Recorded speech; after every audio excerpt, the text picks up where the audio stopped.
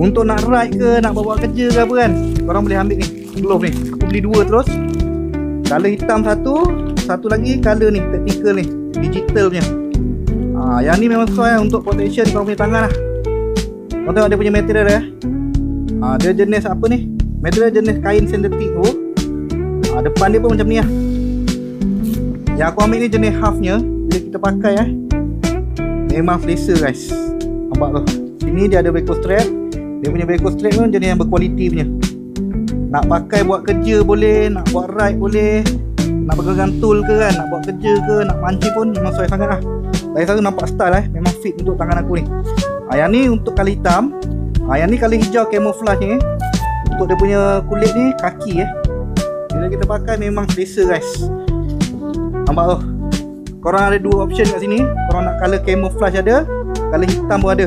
Yang penting sekali harga dia murah. Kat mana korang dapatkan glove ni, korang boleh tekan link kat bawah.